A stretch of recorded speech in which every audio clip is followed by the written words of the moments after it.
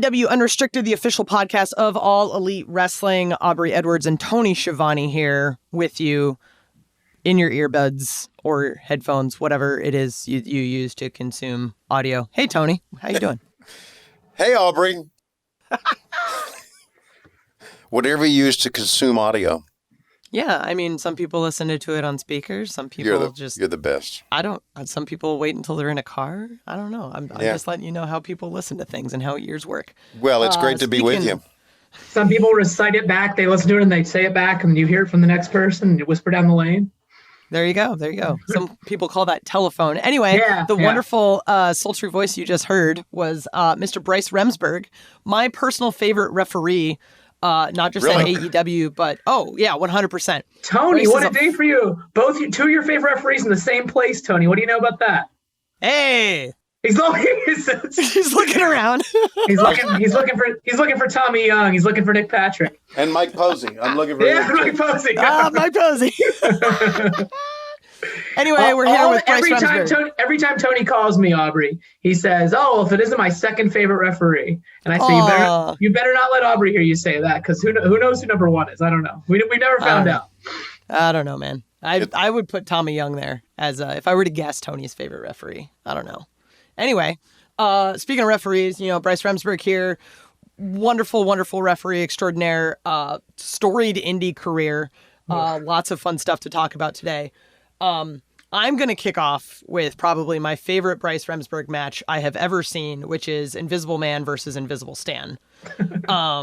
Which, Tony, I don't know if you've ever seen this match. I have not. Okay, setting the scene a little bit. Joey Janela Spring Break, WrestleMania weekend. And there's backstory. There's a guy named Invisible Man. He's facing Invisible Stan. And it's literally a wrestling match with two invisible wrestlers. And when it was announced, there's like a match graphic with literally like the logo of the event and nobody else on it. And the first thought I had was the only person who can pull this off is Bryce Remsburg. Yeah, they definitely announced the match before they asked me if I wanted to do it. So it's a good thing I said yes. Yes. But there is I guess I was uniquely qualified or something, but And a lot of people have a lot of very nice things to say about this, including Mark Henry, who told me his son watched it this past week, which I was, whoa! And I was like, "Did you watch it, Mark?" And he's like, "No." I was like, "Yeah, maybe not. Maybe that's for the best."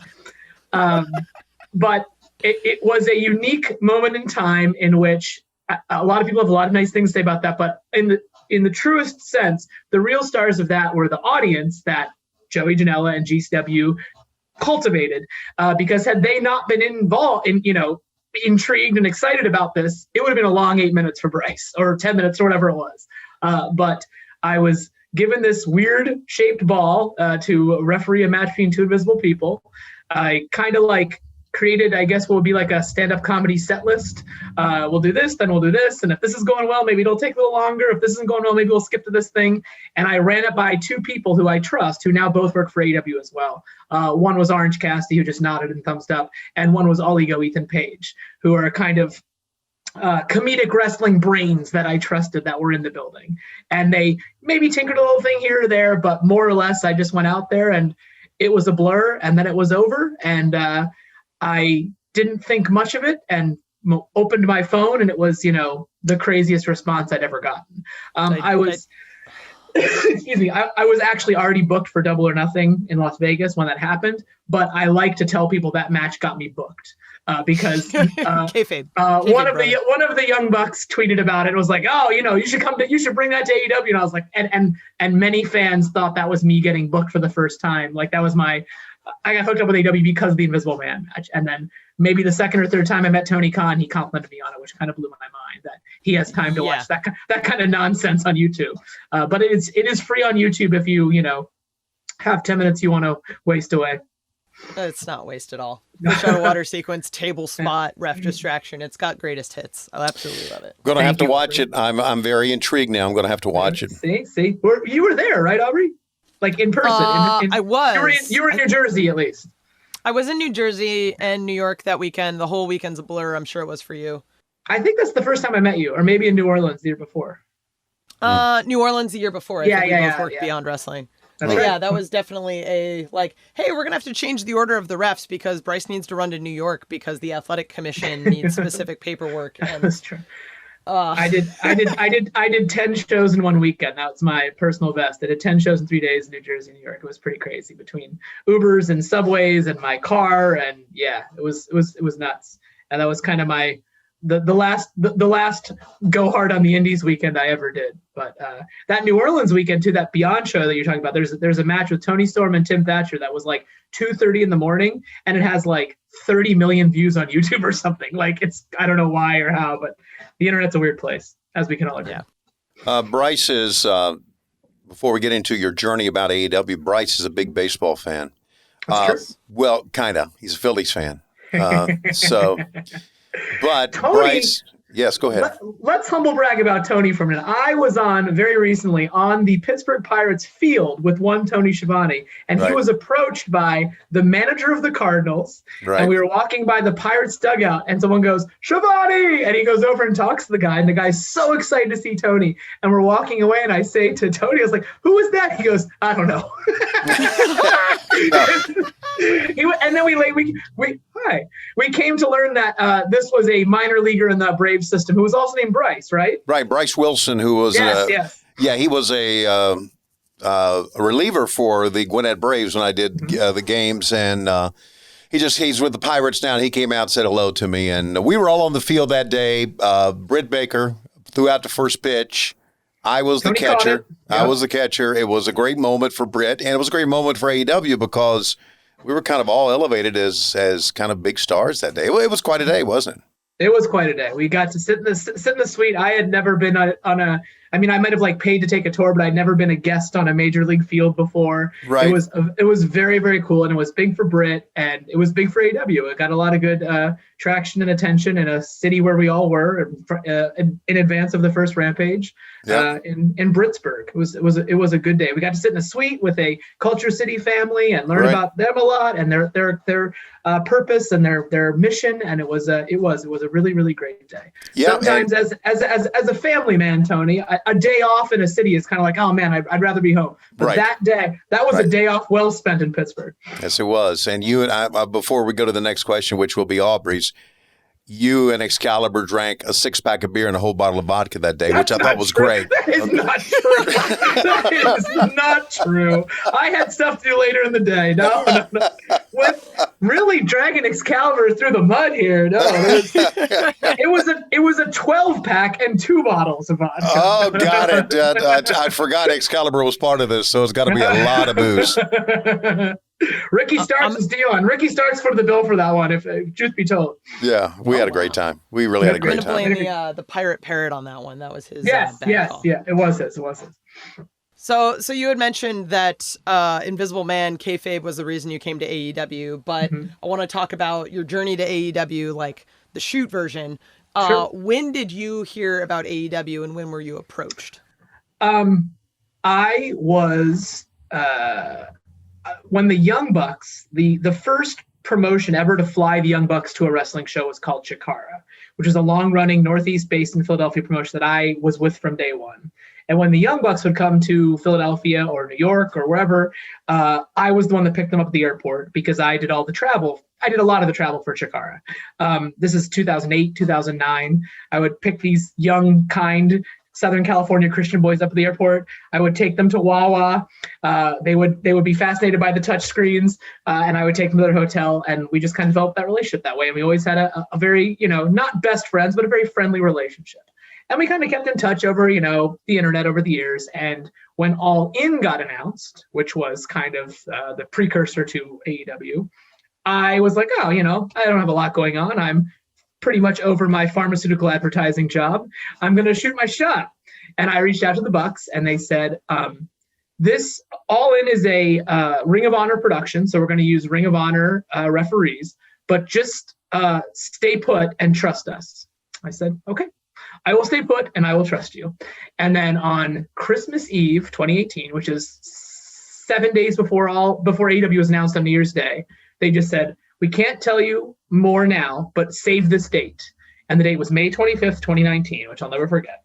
It was the first Double or Nothing in Las Vegas. And then on New Year's Day, AEW was announced. Double or Nothing was announced. And I think you have a similar story, Aubrey, was originally hired as a freelancer. We were on per show agreements. First was Double or Nothing 2019 and All Out 2019. And then we got added to Daytona Beach. Yep. Fighter Fest and Fight for the Fallen in Daytona Beach and Jacksonville. But before we even got to All Out, our per show agreements were enveloped into full-on contracts. Converted into full-on contracts. Yes. August 1, 2019. Is that your hire date too? Mine was September 1st, which is funny enough, the day after the title match with Hangman and Chris. I'm like, I'm not even a full-time employee. Right, yeah. I could have. Like, you're putting me on the stage, man. Like, why didn't I ask for more money? Excalibur and I got hired the same day, August 1, 2019. And, we kind of we exchanged fun text every August 1st about, happy hire-versary. So, yeah. And then it's been ever since. And I have since re-upped for another couple of years. And then the travel portion of the job became part of the package. And I am, pretty much eat, breathe, and sleep all elite nowadays. But that is the real story. That the Young Bucks got my foot in the door. I don't think I'd ever met Cody Rhodes or Kenny Omega before Double or Nothing. I may have met Kenny on a show somewhere, but I don't think I'd ever worked with him. I had never met Tony, obviously, until we got to Vegas. And then I remember leaving Vegas, and we were done early because it was, like 7 o'clock. It's like, oh, we're all going to go to this party at this place. It's like, okay. And we waited in line, but, Tony had rented out an entire lounge at the MGM Grand. And this was not an everyday occurrence in my life in those days. And it was just like a very strange, we just, we have to wear collared shirts and go to this place, and it's open bar and all you can eat. And just like, wow, this is how it goes now. And never looked back since. Bryce Remsburg, we're talking with Bryce, one of our great referees, and Bryce, you kind of glossed over the travel thing came into play. Mm-hmm. Now, we need to really qualify this. Everybody travels. I get it. When people listening to this podcast hear you say the travel thing came into play, they're going to think, oh, well, you get on an airplane and you travel just like all of us, which you do. Yeah. But the travel thing for you is more than that, because you're a travel guy, which to me. Two things there. It has to be many times a nightmare, and I know you're too nice of a guy to really say that. And working with Chris Harrington has to be a freaking nightmare as well. Oh, boy, it's a real wild card. Okay, so verbally abusive, physically abusive. but you, I guess, you and Paul Turner work on the are the two guys that work on the travel for everybody. Yeah, I started as an assistant, and then I kind of took over the department in December of 2019, right? Which was not a planned part of this job. I just kind of fell into it. And since then, I have taken on more responsibility and more people. And I'd say when AEW started Double or Nothing, between talent and crew, we were probably flying or putting up in hotels maybe 70 or 80 people. And then when Dynamite started, it kind of became 90, 95, 100. But nowadays, we are in between staff and talent, we are in the range of 130, 140, 150 every week. And while I don't personally book all of them, I do oversee all 140 of those. So that's, before we started this podcast, I was adjusting hotel lists for our next adventure. It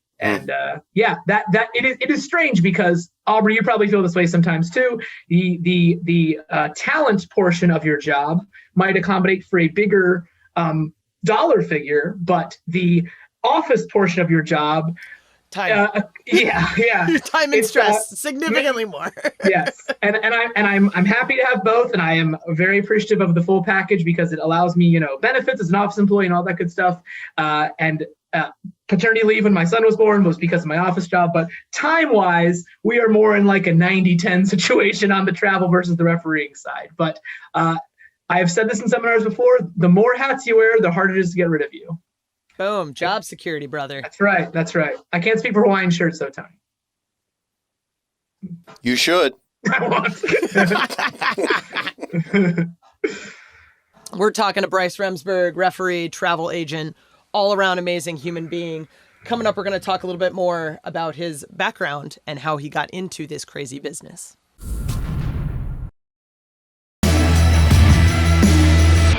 It's AEW Unrestricted. Tony and Aubrey talking to our good buddy Bryce Remsburg, all-around great travel guy, and obviously one of the best referees. Bryce and I started this thing. I guess maybe I started it because, listen, I I didn't really, in the 18 years that I was away from wrestling, didn't really follow wrestling. Obviously, I didn't follow indie wrestling, but I'd always heard that there's this referee. He's a great fucking referee. His name's Bryce fucking Remsburg.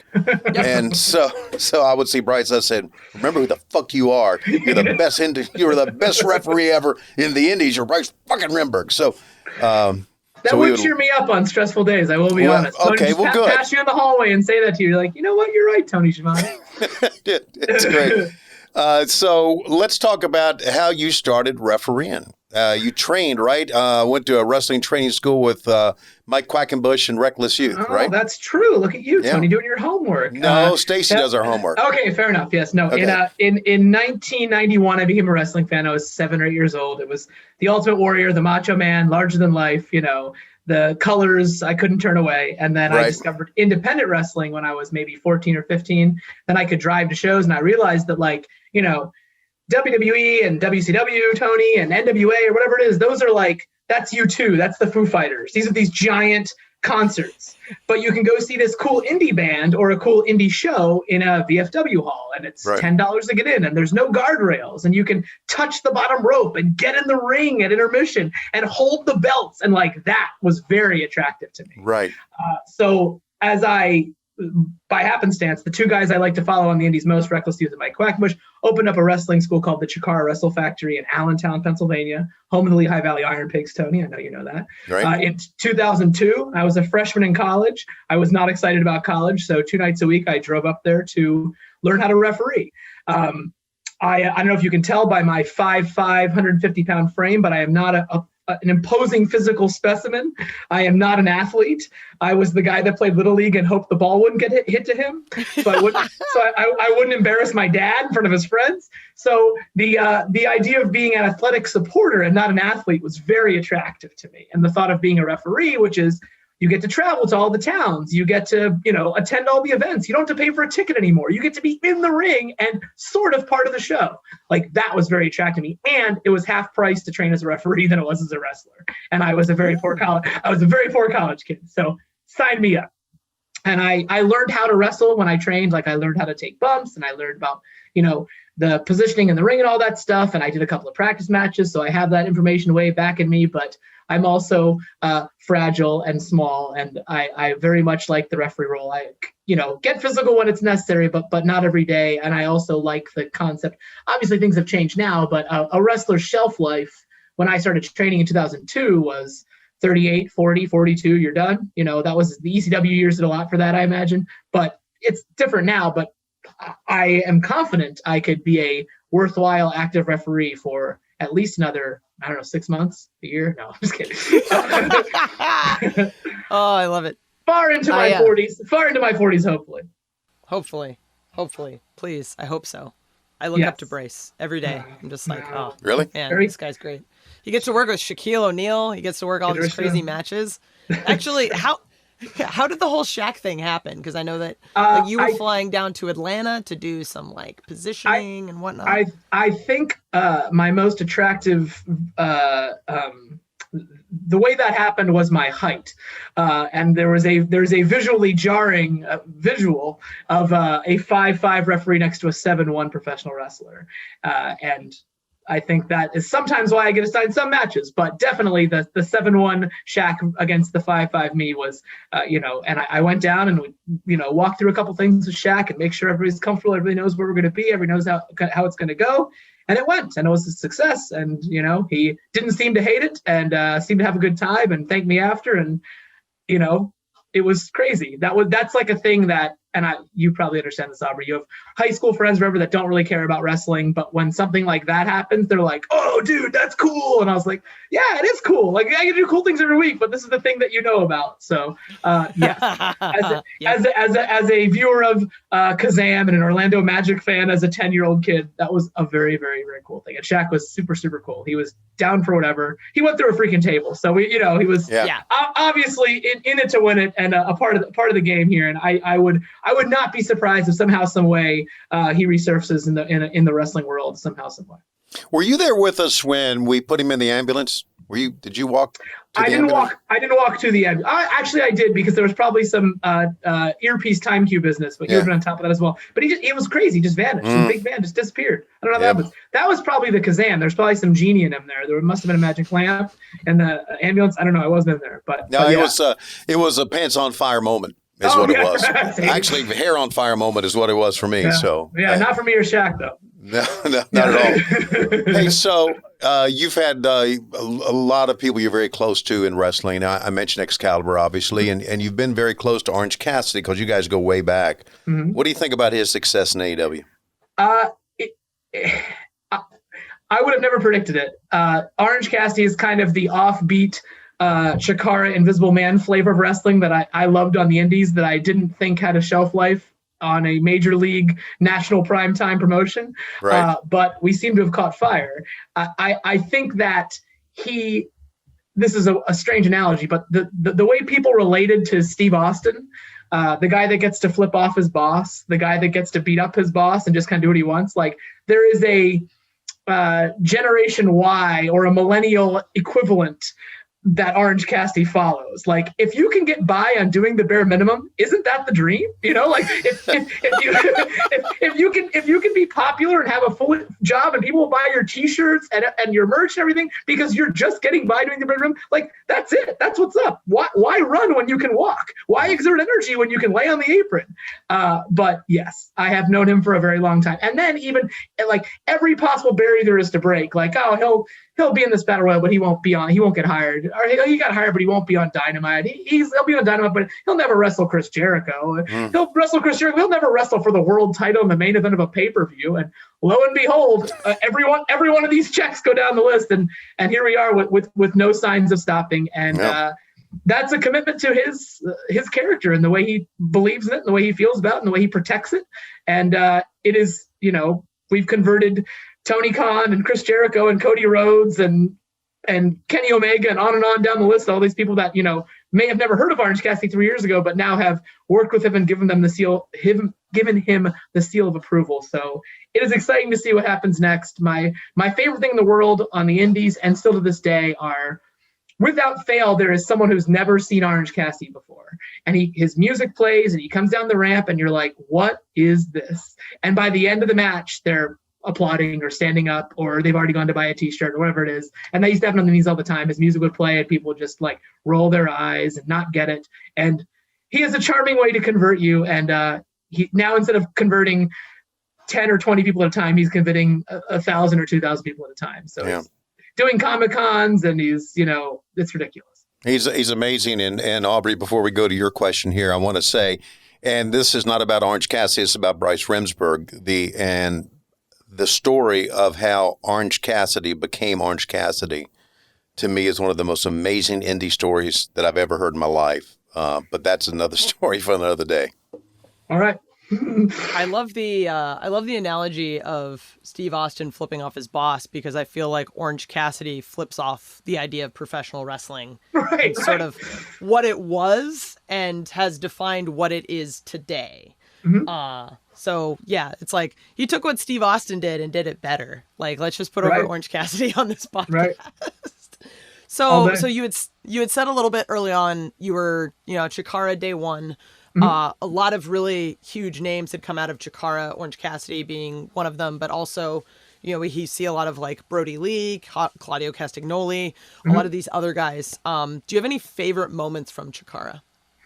Oh man.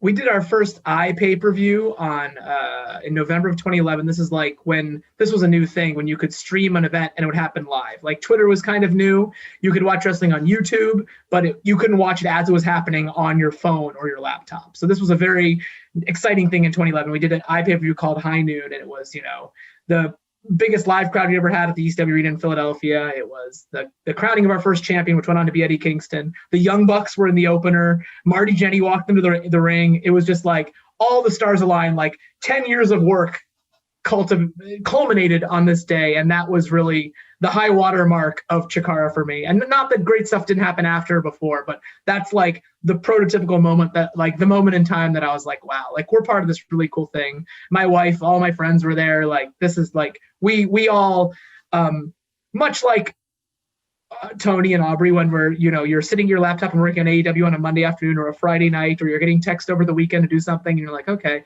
But then you realize you get to Wednesday night and Dynamite's live and you're in the ring or you're at the commentary table and you're like, oh, these are the fruits of our labor. Mm-hmm. We put in all this other stuff on the weekend because we get to do this, and it's worth it. It's always worth it. Everyone in AEW, I feel, would say that, or they wouldn't be a part of AEW. So that's kind of how that felt as a microcosm with Chikara. All the helping with the travel and doing this and the referee stuff and blah, blah, it all kind of worked up to this one thing where we were the talk of the wrestling business for one night only. I hope that answers your question, Aubrey. It does. But I do want to, before we move on to Tony's question, I want to take the opportunity for you to talk about your friend, Larry Sweeney. Oh, sure. And because I believe you guys were met at Chikara or very early on and whatnot. Yep. And every year I see these hashtags 12 large. Mm-hmm. And multiple people had asked, like, please talk about Larry Sweeney so we can keep his legacy moving on and whatnot. Of course. Sweet and Sour Larry Sweeney was born in 1981, but the character he portrayed when he debuted, maybe like 2004, was that of a 1981 Memphis heel. Boas, purple and pink, big gaudy sunglasses, cackling promos. He was basically, I don't know, the Fabulous Ones or the Valiant Brothers. I don't know what the exact pinpoint was, but he was a generation removed in a world of Chikara was a lot of comic book characters, masked characters, luchadors, silliness, and he was the guy without a mask that was just cutting old school promos and saying Jack and Daddy at the end of every sentence. Daddy. And he was also a very intelligent guy. He went and studied. He was a legitimate carny in India. He went over for a year to like work at carnivals. He had a college degree in psychology. Went to Oberlin College in Ohio. Really, really smart guy. And in a world of guys that you can only talk about wrestling with, I could always talk about something else with Alex. It was Larry Sweeney's real name, which is the name of my oldest son, who's named after Larry Sweeney. His name's Alex. Oh. Yes. And unfortunately, one of the reasons that I'm such an advocate for mental illness, Alex's mental illness got the best of him. He was unfortunately bipolar and unfortunately killed himself 2011. And it was just kind of a story of what could have been. And you'll hear every year around the day, either his birthday or the day he died, as the anniversary was 2011, you'll hear people say about, what he'd be doing now. He'd be a millionaire, he'd be a billionaire, he'd be a manager in AEW. You know what I mean? Like he'd be managing Private Party and Matt Hardy. Who knows what it would be? But it's really fun to think about. And he and Eddie and I were, the three of us, did in our formative years of independent wrestling. We took a lot of hours in the car together. We were driving to Florida, we were driving to Minnesota, we were driving to Chicago, we were driving to Iowa, but just those hours and hours and hours, like those just form bonds and friendships. And specifically five of us, which is Sweeney, Kingston, Chris Hero, and Claudio Castagnoli, who's now Cesaro. Five of us have a unbreakable bond because of all that time spent together. I have a framed picture in my room of the five of us just completely exhausted after a long weekend of, eating park buffets and driving through the night and sleeping on floors of hotels and everything. Of the five of us just completely exhausted, posing by my car from 2005. And yes, there's a bond between Eddie and Alex and all of us. And it is the least I can do to talk about him and hashtag and make sure he is remembered. But YouTube is a great tool for that. A lot of his stuff was, YouTube was existing in his hot years, which were kind of like 06, 07, 08, 09. So a lot of that stuff lasts. He had a stint with Ring of Honor as a manager. Yes, but thank you for asking about him, Aubrey. I appreciate that. Thanks for the questions, everyone. We're talking to Bryce Remsburg. Before we go to the fan questions, one more question from here. And since I spent many years in baseball, I know you're a baseball guy and you've met many mascots. How many have you met? Major league mascots? Either major or minor league mascots. I've definitely met Screech the Eagle from the Nationals, the Oriole Bird, the Philly Fanatic, the Pirate Parrot.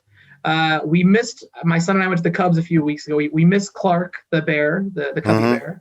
I'd say 4 or 5 major league ones, but at least 15 or 20 minor league mascots. That's kind of the pastime. The same part of my brain that likes independent wrestling likes minor league baseball, because as you can attest, Tony, it's a lot of long bus rides, hot dogs and hamburgers at catering, and that's it. Drives through the night, Motel 6s, Super 8s, knowing that you're not getting paid what you're worth, but doing it anyway for the love of the game. I have a lot of affinity and respect for minor league baseball, because I know those guys are trying to work towards a thing for a lot of them are never going to happen. How many thousands of people play baseball Baseball but make it to Major League Baseball? How many independent wrestlers make it to a Major League full-time promotion? Like, it's a very small number, but it's the hope and the dream that keeps them going. So I have a lot of time and energy for minor league baseball. And if you have kids, the tickets are a lot cheaper. So if things go haywire, it starts to rain, you leave, you don't feel obligated because you spent $80 a seat. You have to stay the whole game. Pop in and pop out. There's always a giveaway. There's always, $1 hot dogs or $2 beers or whatever it is. Like, I love it. I love minor league baseball. I'm sure you've met Ferris and Fifi at the Iron Pigs, haven't you? I have. Yes. Do you know why they're named Ferris and Fifi? Yes, I do. Aubrey? Because do you know Aubrey? I have no idea. Okay. I have no idea. Please enlighten me. The chemical symbol for iron is Fe. So they are pigs, but their names are based in iron. Fe, Ferris, and Fifi. I don't know if they're a husband and a wife or whatever they are. What are the Gwinnett Braves mascot? I don't know. Aren't they a fish of some kind? I can't. Is it offensive? Is it? No. You know what? I can't remember what it was. Right. I can't remember. It's a fish of some kind. It may be a fish now, but they were the Braves before. I don't know. It was Chopper. It was the big teddy bear Chopper. Oh yeah, you're thinking of the Stripers. I think that's what you're thinking of, Aubrey. They became were the Stripers. Yeah. Yes, we're all right. We're all right. Yeah, and by the way, just a little thing about the Iron Pigs from Allentown. Mm-hmm. The basis for making steel is pig iron. Mm-hmm. And that's why they call themselves the Iron Pigs. That's right. They also used to have a Mega Touch game at the urinals. I don't know if you ever got to experience this. I played that game at the urinals. I sure did. And you could, you could steer or move the frog across the river with your urine stream. With your stream. So I used to chug a bunch of water and I drive the Iron Pigs game, but then you get stuck in traffic. You're like, oh no, I'm not going to make it. I have to pull over at the rest area. But that is sexist, arguably, because women didn't get to play this game. But a great time had by all. And it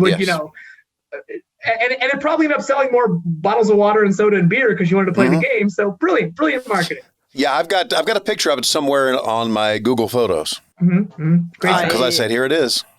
Wait. The picture is everything or just the game, Tony? No, everything. The urinal and the video screen and everything. Okay. And like everything. The joystick, if you know what I'm saying. No, it's not the joystick. The joystick's not on there. Okay, good. Sounds good.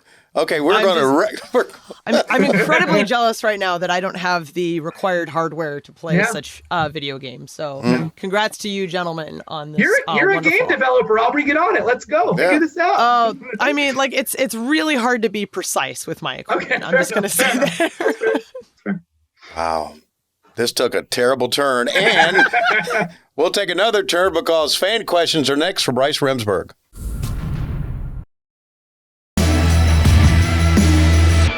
AEW Unrestricted continues with Bryce Remsburg, not only one of the best referees in the world, but one of the nicest guys.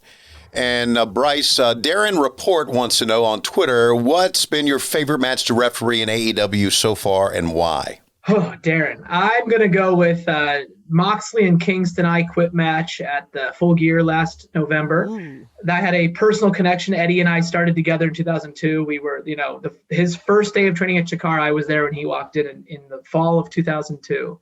And I've known Eddie for a long time, and he took a very scenic route to AEW, but he ended up where he was supposed to be. And somehow, some way, 3 months after signing his contract, he's in the main event of a pay-per-view for the World Championship against Jon Moxley. And he asked for me to be in the ring with him, and Moxley was fine with it. Tony was fine with it. And it was, everyone didn't know at the time, but we knew it at the time. And Brody was very sick. And, before the match, Eddie and I kind of had a moment. It was like, I don't know how we got here, but here we are. And we said we dedicated to Alex and Brody, and it was a night I'll never forget. And I was like sort of involved with the run up to the match a little bit. Eddie had gone to bat to get me promo time on Dynamite, which is a very strange way to do things. But and it was just kind of the culmination of like, it's exactly where Eddie was supposed to be. And the fact that Mox was so accommodating and giving and respects and understands Eddie's talent. It was awesome. It was really awesome. I mean, anytime doing a world title match is a great responsibility and honor, but doing it in the main event of a pay-per-view is an even bigger one. That one sticks out to me. Thank you, Darren. Thanks for the question. We have a question from Tex Lightbomb on Twitter. Any chance of seeing you ref? If If that's his real name. If that, okay, we'll get to that. We'll get to that. All right. I read ahead. Any chance of seeing you rough up match between the Invisible Man and Invisible Stan on AEW? The original was truly the greatest, as we had mentioned.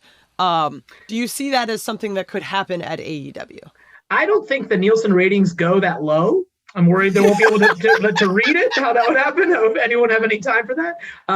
I don't foresee that. I kind of see that as a perfect moment in time that happened once, and I wouldn't even want to try to duplicate it or try to make it better. Like, I'm going to leave it as it was, I think. But thank you for asking. Espen Solheim on Twitter says, would you please give me a better handle? No, he didn't say that. He said, Espen Solheim says, how would you describe the feeling when Chris Statlander boops your nose? Oh, it is, it's euphoric. Have you been booped, Tony? Yes, very early. It just sends something over your whole body that you can't explain. It's like a jolt of electricity. It makes your heart skip a beat. There isn't a real perfect explanation, but it's wonderful. It's everything that's right with the world. Right, Aubrey? You've been booped. It's 100%. Yeah. It's kind of scary initially because you're not sure what you're expecting, and then all of a sudden you're filled with joy and happiness. Yes. It's like transmitting good vibes from one person to another. It feels great. Yeah. We have a question from Anime Otaku 2. Who is the scariest talent you have ever encountered in the ring, and why is it -1? He's so mean. He's so bossy. He's so mean. He's so bossy. A couple of guys kind of get in there in the zone, and it is hard to differentiate the character from the person. Pac being one. When Pac's in the zone and he's coming out, it's like, oh boy, here we go. This guy's not screwing around. I find Malachi Black to be a very his character kind of consumes him when the red light is on, but yeah, it's hard to be -1. He is just so mean and bossy. He's he's a little punk. Orange Coffee wants to know what story behind the leg trip movement that you do before you go down to make the count. I don't know. I just kind of happened. It's not intentional. It started, and I've been asked how to like duplicate it or replicate. I just don't know. It's just a weird thing I do. Sorry, no story. Okay. You had alluded to this a little bit, and someone asked the question. Kyle L on Twitter. What was it like cutting the promo with Eddie Kingston? It was so authentic. You can't help but feel like it was from the heart, and it must have been so fulfilling. Getting to become so successful that you get this microphone time. That's very nice. It did feel great. It did feel from the heart. I did run it by one person, and the last line about saving yourself from yourself, Brody Lee gave me that line. And that was one of the last times Brody was with us, unfortunately. Just weird how everything happens for a reason. Everything kind of comes together, and Eddie and Brody were very close. I still don't understand quite how that happened. I don't really know if it was authorized, and Eddie said it was okay, and Moxley was cool with it, and Tony was cool with it, and it happened. And then I was actually, the show wasn't completely live that week, and I got to watch it at home, and it really confused my dog because she was watching it. I was sitting on the couch, and she heard my voice on the TV, and I was sitting next to her, and she looked at me, and she looked at the dog. So for that alone, it was all worth it. But yes, I don't foresee it happening ever again. I am glad it was, my nerves are glad it was during the pandemic era of professional wrestling, because that on live TV in a completely full arena would have been a whole different bag of anxietal worms. But it was cool. It was very cool that it got to happen. It was very kind of Tony and Eddie and Mox and whoever else allowed it to feel that confidence in me that I wouldn't screw it up. Yeah, to follow up on that, you mentioned Brody, and you and Brody were very close. You had a very emotional interview that you did during the show where we celebrated his career. You worked closely with Brody for a long time, right? I did. We came up together in Chikara. He kind of the character, what he was famously known for a long time, the trucker, the white tank top, the bandana. Right. That was a Chikara character that kind of evolved into WWE, and we grew apart. I also know Amanda. I refereed for Amanda in 2005 at an indie show at a county fair in Rochester. And I grew apart from Brody. But the cool thing about the wrestling thing is when you haven't seen someone, or we like text happy birthday and stuff. We haven't seen someone for 6 or 7 years. The day he showed up as the Exalted One, it was like no time had passed. We were joking about old things. We were. I remember being able, as the travel guy, when he was a surprise still, getting to email him and sort his flight to what we thought was going to be to Rochester, but turned out to be to Jacksonville. Right. But just that feeling like, hey man, like, and we're catching up over email, we're catching up over text, and then he was there. And it was like, we took a picture that night. This is before Eddie showed up, but it was Chuck Taylor, Orange Cassidy, Brody, and I took a selfie to send to Claudio because we were at Jacksonville. Claudio was at Orlando over there taping TV, and just kind of like, hey man, what's up? And he sent one back of him and Drew Gulak, who was kind of our crew back in Chikara. And it was great to have him back in my life. And since we had diverged, and I said this on television, when we diverged, it was more about wrestling. When we came back together in 2020, we were husbands and parents, and I have 2 sons, he has 2 sons, and yes, and we ended up talking about that a lot, balancing our time, and Brody is a big one. Matt and Nick do this as well. I don't think, maybe Tony, when you were breaking in, the idea of being a present father and family man and being a big wrestling, being completely involved in the wrestling business really lived in parallel very often. You hear stories about, these guys missing their kids' births. And this is a credit to Tony and AEW and, the present day, but you don't hear a lot of that anymore. Like Brody was the guy that made it work. He took his family very seriously, took his career very seriously, and he made it work. And he decided where the boundaries were. And if that means driving home after a show in Jacksonville to sleep in his own bed and wake up and take his kids to school, Brody would do that. If that means me, flying in the day of a show sometimes so I can take my kid to school or be there for a birthday or something, like, I'll do that too. Sure. We show up for work. It's time to work. When we go home, it's time to be home. And Brody taught me a lot about that. And he taught me a lot of things, but that was something definitely in this last year that he shared with me. And being able to be around -1, -123, which is Rhino, and Amanda, and just seeing them and them still being able to be in our lives is, I think, a wonderful, beautiful thing. And it's obviously not what anyone wanted and not what anyone planned for, but I think AEW and the AEW family has made the best possible lemonade out of a giant, awful pile of lemons. Yeah. That's fair to say. No, very well said. So. Yeah. I think you had described Brody Lee as one of the faces on the Mount Rushmore of wrestling dads. Yep. Brody, Matt, Nick, and they cut out when I said Kevin Steen on Dynamite, which is fair. I understand why I couldn't say Kevin Owens on Dynamite. He's another guy that is very, very, very big work-life balance guy. We got a question from where is this? I lost it. From Tourney Master on Twitter. What is the most ridiculous thing you've ever done when you were involved in Chikara? I was blown up by an invisible grenade. I body slammed and gave a tombstone pile driver to an animatronic ice cream cone.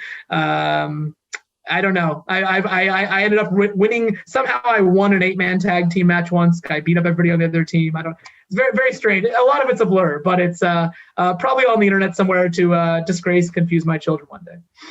My favorite individual one is where you died in the middle of a match. Oh yeah, and then came back as the Underbryce. Yeah, I dove once. I did a front flip off the top turnbuckle under like a giant pile of dudes once too, which was not pretty at all. Well, it shouldn't be pretty because it's wrestling. Wrestling is hard. It reminded me why I'm a referee. The Broken Agent wants to know, at The Broken Agent, will there ever be any more Bryce seminars in the future? I don't know. My free time in the pandemic curtailed that. But I would say never. I would love to get back into that, and I feel like I have a new perspective to offer. I was lucky enough to go to the Nightmare Factory in March and speak to those guys and girls, kind of with I look at my indie years, which were 17 years, as getting my bachelor's degree, and now AEW is kind of getting my master's degree. I learn something every week from you, Tony, from Jim Ross, from Cody, from Arn Anderson, whoever it is. Like, there are people everywhere to learn from and to figure out, you see what is done, but you don't always see why it's done. And just listening to the way you and Excalibur and Jim throw to each other and the way that flows, like, that's fascinating to me. And the way you guys mark up your formats to how that's all going to be divided. Like, you never think of that when you're watching Dynamite or Rampage or any kind of wrestling. Like, so many minuscule decisions go into that stuff, and so many of them are based on split seconds. And the pressure and feeling, Aubrey, I know you know I'm talking about, of being responsible for bringing a main event home when you're on live television and it's 9:53:55 and you want the match to end at around 9:57:56, but we're going to go off the air at 9:59:59, and there are moving parts and extra people, and it's a 6-man tag, and you're the only one with an earpiece, and you're trying to conduct an orchestra with few words. There are all kinds of high pressure situations that I didn't even know existed, but now we, all three of us, in one way or another, deal with them on a regular basis. And like with anything, repetition is key. Like the better you get it, the more comfortable you feel about it. And for me, at least, I didn't feel like I got my master's degree sea legs under me until the pandemic started. And maybe it was just having some taped shows and not having audiences or small audiences, the stakes felt lower, but I feel like I really got my confidence and reps down last summer and fall and winter. And now that we're back live every week, adding a new show in arenas, touring again, I feel a sense of confidence I didn't have when we left Salt Lake City in March of 2020. That's just me. But I guess that's another lemonade of lemon situation, but I do feel like repetition is key. All those dark matches we did at 2 a.m, that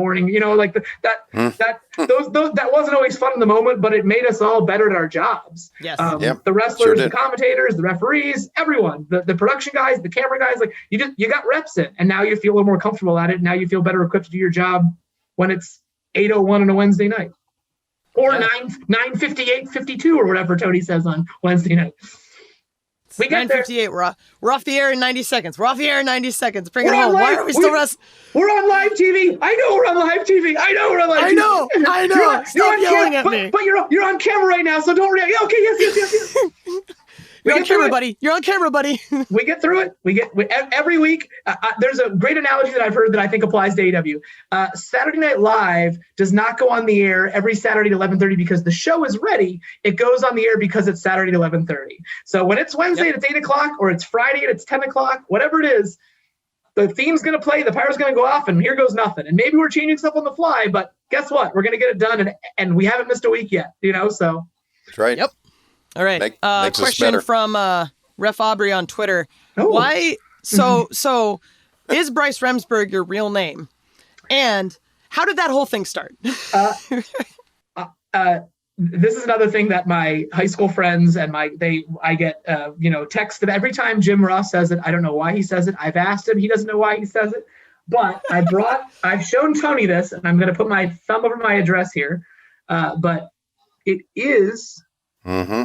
My real name? Bryce Remsburg. Bryce Martin Remsburg. My Pennsylvania driver's license, that's my real name. That's my picture. It is my real name. I'd like to sell that once and for all. I don't know why it started, but it seems like it's not going anywhere. People showed up with a sign with it saying it recently. I get it on Twitter every Wednesday. So it is, I've learned to live with it. It is my real name, but I feel like it will make it harder to imposter me or impost me. So now that it's out there, I've said it's my real name. We talk about it being my real name. It will be tougher to be a Bryce Remsburg impressionist and I'm looking at you, Alan Angels, really. Imposter. I'm talking to you directly. I know you're younger and you got the tattoos and the muscles, but age before beauty, buddy.